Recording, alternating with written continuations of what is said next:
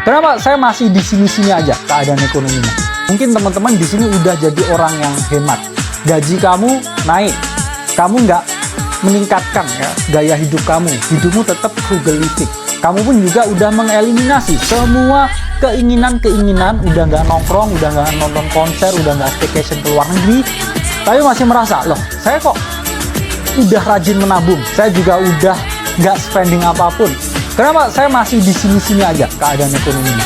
Jawabannya teman-teman, ada yang namanya economic inflation, yaitu adalah suatu keadaan ketika kenaikan gaji yang kamu miliki itu tidak mengalahkan kenaikan inflasi. Oke?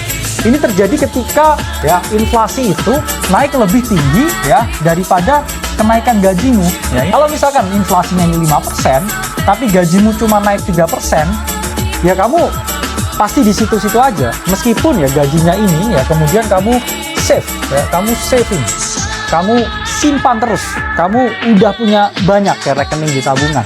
Tapi ketika itu ada di bawah nilai inflasi, yang mana iya kalau kamu hanya menggunakan tabungan di bank biasa, ya kamu jelas tidak mengalahkan yang namanya inflasi. Sehingga buying power kamu semakin lama itu semakin menurun, kamu udah ngerasa hidup frugal, kamu menabung sebanyak itu, dan tiba-tiba lihat brosur harga rumah, kamu kaget. Ternyata semahal ini rumah. Bahkan saya nggak mampu, padahal saya udah 20 tahun kerja, 20 tahun menabung. Karena apa? Selama 20 tahun kamu tarik, ternyata inflasinya tuh udah ratusan persen. Ya, meskipun kamu udah naik nih dari pegawai biasa ke manajer ke direktur.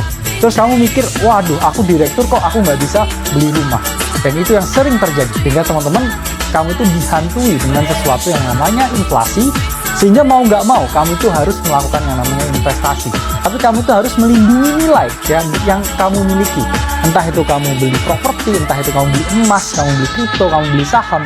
Itu adalah suatu bentuk perlindungan terhadap daya belimu yang semakin lama itu semakin menurun. Jadi kamu tuh harus bergerak, karena kalau enggak, kamu tuh nggak bisa mengalahkan yang namanya inflasi.